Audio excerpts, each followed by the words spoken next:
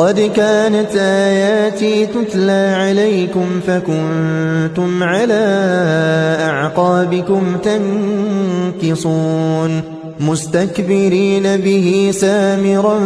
تهجرون أفلم يدبروا القول أم جاءهم ما لم يأت آباءهم الأولين أم لم يعرفوا رسولهم فهم له منكرون أم يقولون به جنة بل جاءهم بالحق وأكثرهم للحق كارهون ولو اتبع الحق أهواءهم لفسدت السماوات والأرض ومن